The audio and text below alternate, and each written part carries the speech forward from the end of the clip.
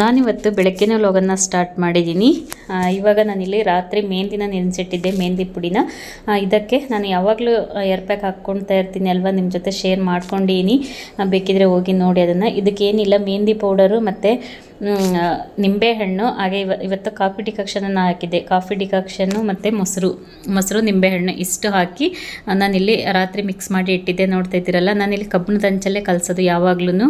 ನಾನು air pack ಹಾಕ್ಕೊಳ್ಳೋದಾದರೆ ಕಬ್ಬಿಣದ ಹಂಚಲ್ಲೇ ನಾನು ಯಾವಾಗ್ಲೂ ಕಲಸಿಡೋದು. ಈ ಥರ ನಮಗೆ ಬ್ಲ್ಯಾಕ್ ಕಲರ್ ಬಿಟ್ಟಿದೆ ನೋಡಿ, ಆ ಥರ ಬಿಟ್ಕೋಬೇಕು, ಆವಾಗ ನಮಗೆ ಕೂದಲಿಗೆ ರಿಸಲ್ಟ್ ಬರುತ್ತೆ. ನಾವು ಮೊಸರು ಮತ್ತು ನಿಂಬೆ ರಸ ಹಾಕಿರೋದ್ರಿಂದ ಚೆನ್ನಾಗಿ ಕಲರ್ ಬಿಟ್ಕೊಂಡಿತ್ತು. ನೀವು ನನ್ನ ಕೈ ನೋಡ್ತಾ ಇದ್ದೀರಲ್ವ ಎಷ್ಟು ಕೆಂಪಾಗ್ತಾ ಇದೆ. ನನಗೆ ಈ ಥರ ಕೈ ಕೆಂಪಾಗಬೇಕಂದ್ರೆ ನನಗೆ ಇಷ್ಟ. ಹಾಗಾಗಿ ಸ್ವಲ್ಪ ಮೊಸರು ಎಲ್ಲ ಕಲಸಿಟ್ಟಿದ್ದೆ ರಾತ್ರಿನೇ. ನಾವು ಏರ್ ಪ್ಯಾಕ್ ಹಾಕ್ಕೋಬೇಕಂದ್ರೆ ರಾತ್ರಿನೇ ಕಲಸಿಡಬೇಕು. ಈ ಥರ ರಾತ್ರಿ ಕಲಸಿಟ್ರೆ ನಮಗೆ ಚೆನ್ನಾಗಿ ಬಿಟ್ಕೊಂಡಿರುತ್ತೆ. ಎಲ್ಲ ಮೆಹಂದಿ ಸೊಪ್ಪಿಂದ ಎಲ್ಲ ಚೆನ್ನಾಗಿ ನೆಂತ್ಕೊಂಡಿರುತ್ತೆ. ಇವಾಗ ಹಚ್ಕೊಂಡು ಬಂದೆ. ನಾನು ಹಚ್ಚೋದೇನು ತೋರಿಸಿಲ್ಲ, ಯಾವಾಗಲೂ ಹಚ್ಕೊತಾ ಇರ್ತೀನಿ ಅಲ್ವಾ, ತೋರಿಸಿ ನಿಮಗೆ ಆಲ್ರೆಡಿ. ಇವಾಗ ಹಚ್ಕೊಂಡು ಬಂದಾದಮೇಲೆ ನಾನಿಲ್ಲಿ ಅಡುಗೆನ ಮಾಡ್ತಾಯಿದ್ದೀನಿ. ಟಿಫನ್ ಆಯಿತು. ಇವತ್ತು ಟಿಫನ್ ಏನು ತೋರಿಸಿಲ್ಲ ನಾನು ನಿಮಗೆ. ಇವಾಗ ಅಡುಗೆ ಮಾಡ್ತಾಯಿದ್ದೀನಿ. ಮಧ್ಯಾಹ್ನಕ್ಕೆ ಇವತ್ತು ಉದ್ಕ ಮುದ್ದೆನ ಮಾಡ್ತಾಯಿದ್ದೀನಿ. ಉದ್ಕ ಮುದ್ದೆ ಇವಾಗ ನಾನು ಏರ್ ಪ್ಯಾಕ್ ಹಾಕ್ಕೊಂಡಿನಲ್ವ, ಸುಮಾರು 3 ಗಂಟೆ ಅಷ್ಟು ಬಿಡ್ತೀನಿ. 3 ಗಂಟೆ ಅಷ್ಟು ಬಿಟ್ಟರೆ ಚೆನ್ನಾಗಿ ನೆಂತ್ಕೊಂಡಿರುತ್ತೆ, ಕೂದಲಿಗೆಲ್ಲ ಚೆನ್ನಾಗಿ ನೆಂತ್ಕೊಳ್ಳುತ್ತೆ. ಹಾಗಾಗಿ 3 ಅವರ್ ಬಿಡ್ತೀನಿ. ಅಷ್ಟರಲ್ಲಿ ಅಡುಗೆ ಮಾಡಬೇಡ ಅಂತ ಅಂದ್ಬಿಟ್ಟು ಇವಾಗ ಏರ್ ಪ್ಯಾಕೆ ಹಾಕ್ಕೊಂಡು ನಾನು ಇಲ್ಲಿ ಅಡುಗೆನ ಮಾಡ್ತಾಯಿದ್ದೀನಿ. ಇವತ್ತು ಉದ್ಕ ಮುದ್ದೆ ಮಾಡ್ತಾಯಿದ್ದೀನಿ. ಸಬ್ಬಸಿಗೆ ಸೊಪ್ಪಿತ್ತು ಮನೆಯಲ್ಲಿ, ಸಬ್ಬಸಿಗೆ ಸೊಪ್ಪು ಮತ್ತು ತೊಗರಿಬೇಳೆ ಹಾಕಿ ಉದ್ಕ ಮುದ್ದೆ ಅಂದರೆ ಕಾಳು ಪಲ್ಯ ಮಾಡ್ತಾಯಿದ್ದೀನಿ. ಇವಾಗ ನಾನು ಇಲ್ಲಿ ಉದ್ಕ ಗೊಜ್ಜಿಗೆ ಎಲ್ಲ ಹುರ್ಕೊಳ್ತಾಯಿದ್ದೀನಿ. ಸ್ವಲ್ಪ ಒಂದು 5-6 ಒಣಮೆಣ್ಸಿನ್ಕಾಯಿ, ಒಂದು 5-6 ಹಸಿಮೆಣ್ಸಿನ್ಕಾಯಿ ಖಾರ ಇದ್ದರೆ ನೋಡಿ ಹಾಕ್ಕೊಳ್ಳಿ. ಉದ್ಕ ಅಂದರೆ ಸ್ವಲ್ಪ ಖಾರನೇ ಇರಬೇಕು, ಇದ್ದರೆ ಚೆನ್ನಾಗಿರುತ್ತೆ. ಇವಾಗ ಸ್ವಲ್ಪ ವೆದರು ಸ್ವಲ್ಪ ಚಳಿ ಥರ ಇದೆಯಲ್ವ, ಹಾಗಾಗಿ ಸ್ವಲ್ಪ ನನಗೂ ಶೀತ ಥರ ಆಗಿತ್ತು, ಶೀತ ಕೆಮ್ಮು ಆಗಿತ್ತು. ಹಾಗಾಗಿ ಇವತ್ತು ಉದ್ಕ ಮುದ್ದೆ ಮಾಡ್ಕೊಳ್ಳೋಣ ಅಂತ ಅಂದ್ಬಿಟ್ಟು ಮಾಡ್ತಿದ್ದೀನಿ. ಹಾಗೆ ಒಣಮೆಣ್ಸಿನ್ಕಾಯಿ ಮತ್ತು ಹಸಿಮೆಣ್ಸಿನ್ಕಾಯಿ ನಾನಿಲ್ಲಿ ಹುರ್ಕೊಂಡಾದ್ಮೇಲೆ ನಾನಿಲ್ಲಿ ಟೊಮೊಟೊ 3 ಟೊಮೊಟೊನ ತೊಗೊಂಡಿದ್ದೀನಿ. ಟೊಮೊಟೊನೂ ಅಷ್ಟೇ ಚೆನ್ನಾಗಿ ಫ್ರೈ ಮಾಡ್ಕೊಳ್ಬೇಕು. ಸ್ವಲ್ಪ ಎಣ್ಣೆ ಹಾಕಿ ಚೆನ್ನಾಗಿ ಈ ಥರ ಸ್ವಲ್ಪ ಫ್ರೈ ಮಾಡ್ಕೊಳ್ಬೇಕು. ಈಗ ನೋಡಿ ಇಷ್ಟು ರೆಡಿಯಾಗಿದೆ. ಈಗ ನಾನು ಬೆಳ್ಳುಳ್ಳಿ ಹುರ್ಕೊಳಲ್ಲ, ಹಸಿ ಬೆಳ್ಳುಳ್ಳಿನ ತೊಗೊತೀನಿ. ಬೆಳ್ಳುಳ್ಳಿ, ಉಪ್ಪು, ಕೊತ್ತಂಬರಿ ಸೊಪ್ಪು ಎಲ್ಲ ಹಾಕ್ಕೊಂಡು ಇವಾಗ ಜಜ್ಕೊಳ್ತೀನಿ. ನೀವು ಮನೆಯಲ್ಲಿ ಒಳಕಲ್ಲಿದ್ದರೆ ಒಳಕಲ್ಲಲ್ಲೂ ಜಜ್ಕೋಬೋದು, ಕಲ್ಲಲ್ಲಿ ಜಜ್ಜಿದ್ರೆ ಇನ್ನೂ ತುಂಬ ಚೆನ್ನಾಗಾಗುತ್ತೆ. ಇವಾಗ ನಾನಿಲ್ಲಿ ಫಸ್ಟ್ ಒಣಮೆಣ್ಸಿನ್ಕಾಯಿ ಮತ್ತು ಬೆಳ್ಳುಳ್ಳಿ, ಸ್ವಲ್ಪ ಉಪ್ಪು, ಈ 3 ಹಾಕಿ ಜಜ್ಕೊಳ್ತಾ ಇದ್ದೀನಿ. ಫಸ್ಟೇ ನಾವು ಎಲ್ಲದೂ ಹಾಕಿ ಜಜ್ಜಿದ್ರೆ ಒಣಮೆಣ್ಸಿನ್ಕಾಯಿ ಸಣ್ಣಗಾಗಲ್ಲ. ಅದಕ್ಕಂತಲೇ ಬೆಳ್ಳುಳ್ಳಿ ಮತ್ತು ಉಪ್ಪು, ಒಣಮೆಣ್ಸಿನ್ಕಾಯಿ ಇಷ್ಟು ಹಾಕಿ ಈ ಥರ ಜಜ್ಕೊಳ್ತಾ ಇದ್ದೀನಿ ನೋಡಿ. ಇವಾಗ ಇದಾದಮೇಲೆ ಟೊಮೊಟೊ ಮತ್ತು ಹಸಿಮೆಣ್ಸಿನ್ಕಾಯಿ ಎಲ್ಲ ಹಾಕಿ ಜಜ್ಕೊಳ್ತಾ ಇದ್ದೀನಿ. ತುಂಬ ಅಂದರೆ ತುಂಬ ಚೆನ್ನಾಗಾಗುತ್ತೆ. ನೀವು ಈ ಥರ ಟ್ರೈ ಮಾಡಿ ನೋಡಿ. ಇವಾಗಂತೂ ಶೀತ ಕೆಮ್ಮು ಆಗ್ತಾ ಇರುತ್ತೆ ನೋಡಿ, ಅಂತ ಒಂಥರ ಬಾಯಿ ಕೆಟ್ಟಂಗಾಗಿರುತ್ತೆ ನೋಡಿ. ಆವಾಗ ಇಂಥದ್ದು ಮಾಡ್ಕೊಂಡು ತಿಂದರೆ ಬಾಯಿಗೂ ರುಚಿ ಇರುತ್ತೆ ನೋಡಿ. ಇವಾಗ ಎಲ್ಲ ಜಜ್ಕೊಂಡಿದ್ದಾಯ್ತು. ಈಗ ನಾನು ಇದಕ್ಕೆ ಹುಣಸೆ ರಸ ಮತ್ತು ನಾವು ಸೊಪ್ಪು ಬೇಳೆ ಬೇಯಿಸ್ಕೊಂಡಿರ್ತೀವಿ ಅಲ್ವಾ, ಆ ನೀರು ಇವಾಗ ಹಾಕ್ಕೊಳ್ತಾ ಇದ್ದೀನಿ. ಈಗ ನಾವು ಅದು ಸೊಪ್ಪು ಬೇಯಿಸ್ಕೊಂಡಿದ್ವಲ್ವ, ಆ ನೀರು ಎಲ್ಲ ಹಾಕಿ ಚೆನ್ನಾಗಿ ಸ್ವಲ್ಪ ಕೈಯಲ್ಲಿ ಮಿಕ್ಸ್ ಮಾಡ್ಕೊಳ್ತಾ ಇದ್ದೀನಿ. ಕೈಯಲ್ಲಿ ಮಿಕ್ಸ್ ಮಾಡಿಕೊಂಡು ಇದು ನಾವು ಬೇಳೆ ಬೇಯಿಸ್ಕೊಂಡಿರ್ತೀವಲ್ವ, ಬೇಳೆ ಸೊಪ್ಪು ಅದರದ್ದು ನೀರು ತುಂಬ ಅಂದರೆ ತುಂಬ ಚೆನ್ನಾಗಾಗುತ್ತೆ.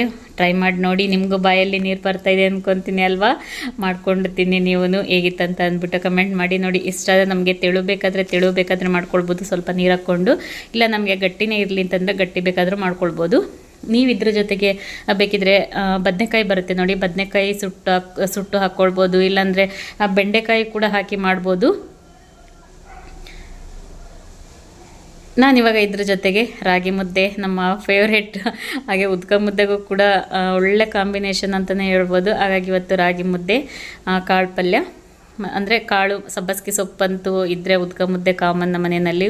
ಯಾಕಂದರೆ ನನಗೂ ಇಷ್ಟ, ನಮ್ಮ ಮನೆಯವ್ರಿಗೂ ಇಷ್ಟ ಸಬ್ಬಸಿಗೆ ಸೊಪ್ಪು. ಹಾಗಾಗಿ ಸಬ್ಬಸಿಗೆ ಸೊಪ್ಪಿಂದು ಪಲ್ಯ ಮಾಡಿದ್ದೆ. ಇವಾಗ ನಾನಿಲ್ಲಿ ಸ್ವಲ್ಪ ತರಕಾರಿನ ತೊಗೊಂಡಿದ್ದೆ, ಇಲ್ಲೇ ಮನೆ ಹತ್ರ ಬಂದಿತ್ತಲ್ವ, ತರಕಾರಿ ತೊಗೊಂಡಿದ್ದೆ. ಕ್ಯಾರೆಟು ಮತ್ತು ಆಲೂಗಡ್ಡೆ ತೊಗೊಂಡಿದ್ದೆ.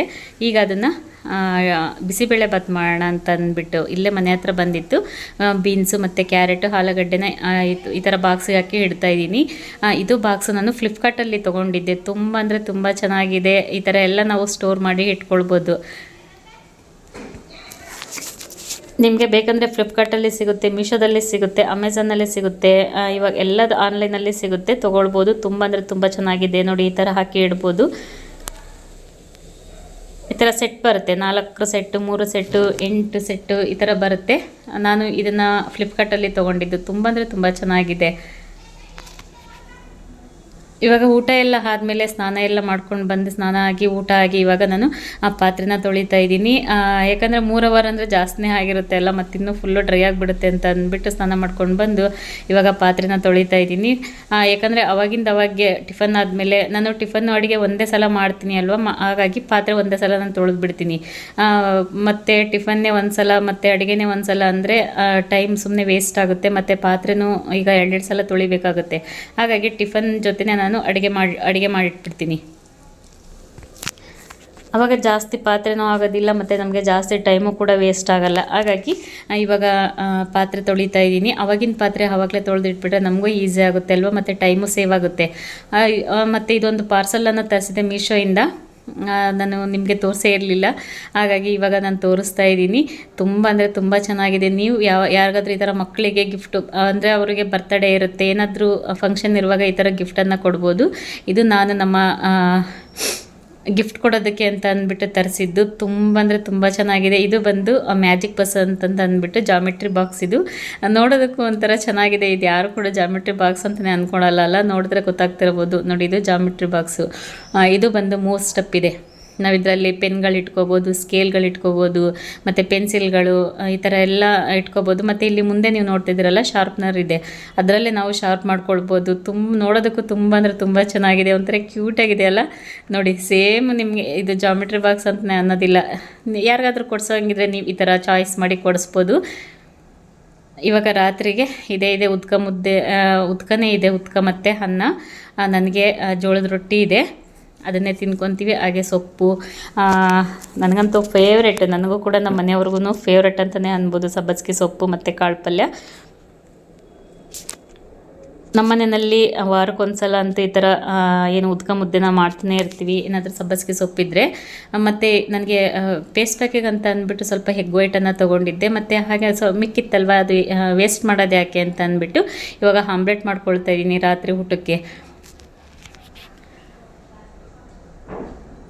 ಈ ಥರ ಚಳಿಗಾಲದಲ್ಲಿ ಈ ಥರ ಎಗ್ಗದು ಫೇಸ್ ಪ್ಯಾಕ್ ಹಾಕ್ಕೊಳ್ಳೋದ್ರಿಂದ ನಮ್ಮ ಸ್ಕಿನ್ನು ತುಂಬ ಚೆನ್ನಾಗಾಗುತ್ತೆ. ಹಾಗಾಗಿ ಸ್ವಲ್ಪ ಫೇಸ್ ಪ್ಯಾಕ್ ಹಾಕ್ಕೊಳ್ಳೋಣ ಅಂತ ಅಂದ್ಬಿಟ್ಟು ತೊಗೊಂಡಿದ್ದೆ. ಈಗ ನಾನು ಇದಕ್ಕೆ ಆಮ್ಲೆಟ್ ಮಾಡ್ಕೊಳ್ಳೋಣ ಅಂತ ಅಂದ್ಬಿಟ್ಟು 1 ಈರುಳ್ಳಿ, 1 ಹಸಿಮೆಣಸಿನ್ಕಾಯಿ, 1 ಟೊಮೊಟೊ, ಸ್ವಲ್ಪ ಕೊತ್ತಂಬರಿ ಸೊಪ್ಪು, ಸ್ವಲ್ಪ ಉಪ್ಪು, ಹಾಗೆ ಸ್ವಲ್ಪ ಗರಂ ಮಸಾಲಾನ ಹಾಕಿ ಮಿಕ್ಸ್ ಮಾಡ್ತಾಯಿದ್ದೀನಿ. ನನಗೆ ಸ್ವಲ್ಪ ಈ ಥರ ಆಮ್ಲೆಟ್ ಮಾಡಿದ್ರೆ ನನಗೆ ಈರುಳ್ಳಿ, ಟೊಮೊಟೊ ಎಲ್ಲ ಜಾಸ್ತಿ ಇರಬೇಕು.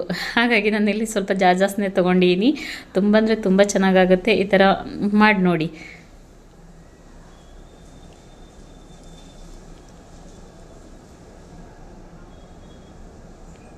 ನೋಡಿ, ಇಷ್ಟು ಹಾಕ್ಕೊಂಡು ಮಿಕ್ಸ್ ಮಾಡ್ಕೊಂಡ್ಬಿಟ್ರೆ ಆಯಿತು. ತುಂಬ ಅಂದರೆ ತುಂಬ ಚೆನ್ನಾಗಾಗುತ್ತೆ. ನನಗೆ ಈ ಥರ ಹಾಫ್ ಬಾಯ್ಲೆಲ್ಲ ಇಷ್ಟ ಆಗಲ್ಲ ಜಾಸ್ತಿ. ಈ ಥರ ಮಾಡಿಕೊಂಡ್ರೆ, ನಾನು ಏನಾರು ಆಮ್ಲೆಟ್ ಮಾಡಿಕೊಂಡ್ರೆ ಇದೇ ಥರ ನಾನು ಆಮ್ಲೆಟ್ ಮಾಡ್ಕೊಳ್ಳೋದು.